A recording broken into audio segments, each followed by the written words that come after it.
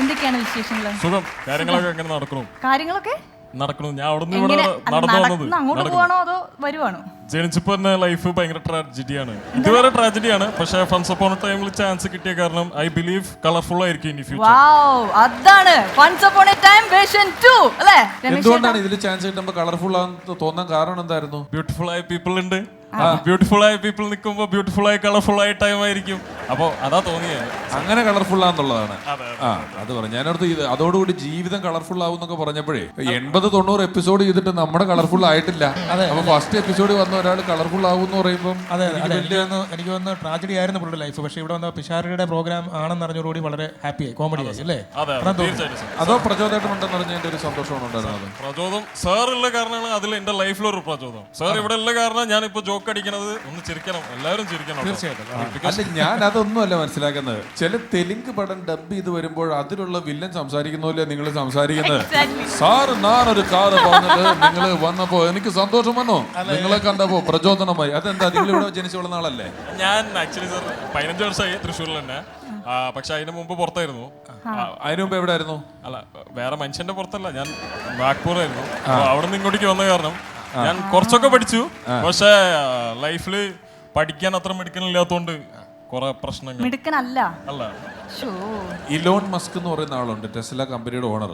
അയാള് ഇന്ന് നമ്മൾ ഈ മിണ്ടുന്ന പോയിന്റിൽ പുള്ളിയുടെ ജോലി നിർത്തി വെച്ചിട്ട് ഒരു ദിവസം 10 ലക്ഷം രൂപ വെച്ച് ചെലവാക്കാൻ, ഒരു ദിവസം 10 ലക്ഷം രൂപ വെച്ച് ചെലവാക്കാൻ തീരുമാനിച്ചാൽ, ഒരു ദിവസം കേട്ടോ, വർഷമല്ല, തീരുമാനിച്ചാൽ അയാളുടെ സമ്പാദ്യം തീരണമെങ്കിൽ 533 വർഷം വേണ്ടി വരും എന്നാണ് അയാളുടെ ഇപ്പോഴത്തെ സമ്പാദ്യം വെച്ചിട്ടുള്ള കണക്ക്.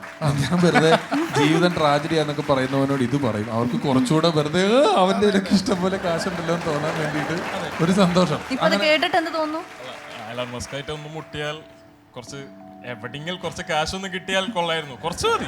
നോക്കട്ടെ, ആദ്യം തമാശ കിട്ടുമെന്ന് നമുക്ക് നോക്കിയിട്ട് അവിടെ നിന്ന് നമുക്ക് പിടിക്കാം. ഓക്കെ, അപ്പം നമുക്ക് തുടങ്ങാം. All the best. ടെൻഷൻ ഉണ്ടോ? ഇല്ല. അതെന്താ പോക്കറ്റിൽ നോക്കുന്നത്? ഹാർട്ട്. എന്റെ ദൈവമേ, ഞാൻ തെറ്റിദ്ധരിച്ചു. സാരില്ല. All the best, all best. ഞാനും കൂടെ അവിടെ പോയിരിക്കട്ടെ. ഓൾ ദി ബെസ്റ്റ് കേട്ടോ. പേര് നമുക്ക് തുടങ്ങാം. അഭിഷേകാണ് പേര്.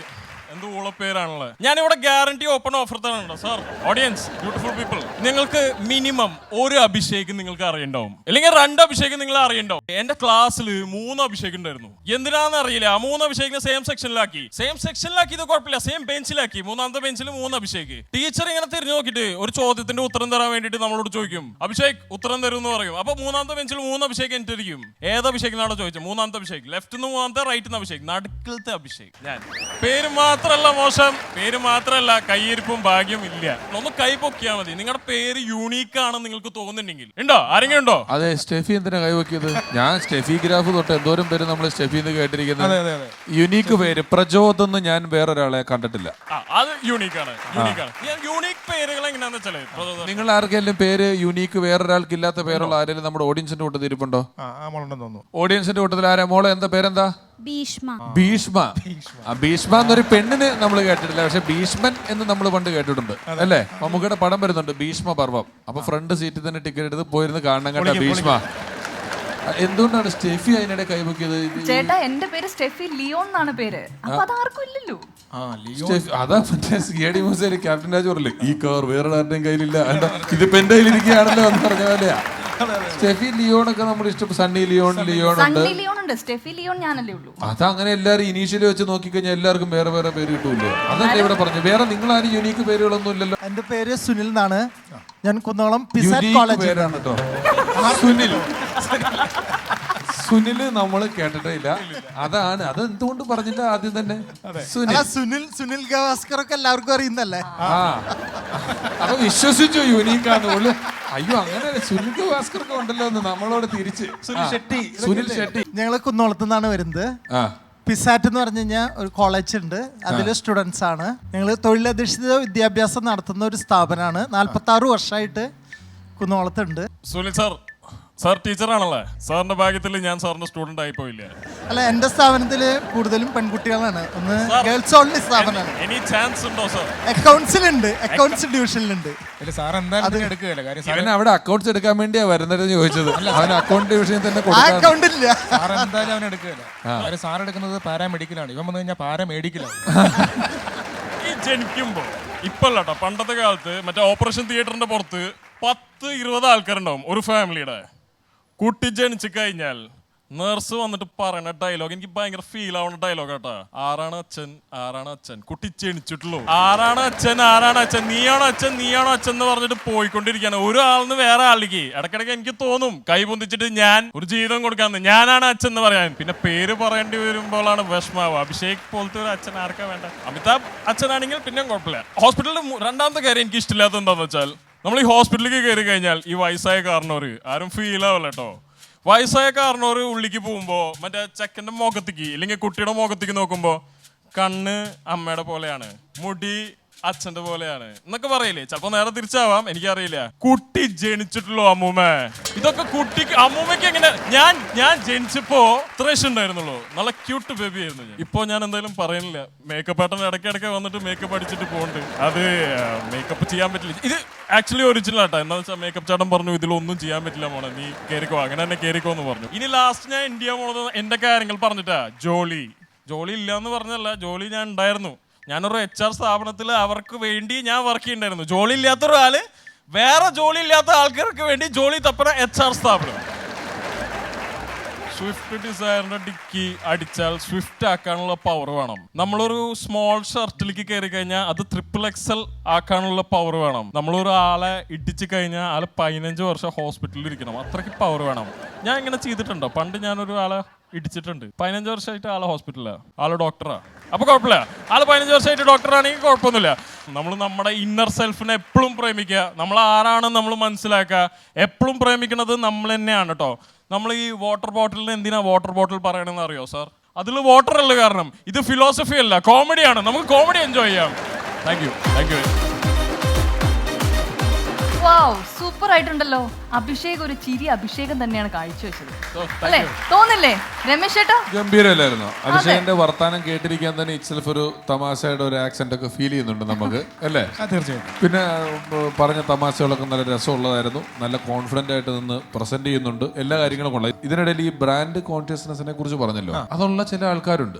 അവർക്ക് എന്തെങ്കിലും ഒരു സാധനം ബ്രാൻഡിന്റെ കിട്ടുക എന്ന് പറയുന്നത് ഭയങ്കര ആവശ്യമുള്ളതാണ്. അങ്ങനെ ഒരു ചെറുക്കനുണ്ട് ഞാൻ കണ്ടത്. അവൻ കിട്ടുന്ന പൈസക്ക് എന്തെങ്കിലും ബ്രാൻഡഡ് സാധനം മേടിച്ചിട്ട് അതിന്റെ ബ്രാൻഡ് അംബാസഡറായിട്ട് അതിൽ നടക്കുകയാണ് സ്ഥിരം ചെയ്യുന്നത്. അപ്പം ഒരു മണ്ഡലകാലത്ത് മാല ഇട്ടിട്ട് ഇവൻ ആകെ ദുഃഖിച്ച് ഇങ്ങനെ അങ്ങോട്ടും ഇങ്ങോട്ടും കൊണ്ട് ഇവന് ഒരു സന്തോഷമില്ല. അവന്റെ മുഖം ഇടയ്ക്കിടയ്ക്ക് അവിടെയുള്ള എല്ലാ കടകളിലും കയറുന്നുണ്ട്. ഇതിൽ എറണാകുളത്ത് പോയിട്ട് വന്നൊക്കെ ചോദിച്ചു. ഞാൻ അവസാനം ചോദിച്ചു, എന്തുവാടാ ഇത്ര പ്രശ്നം? എന്താ?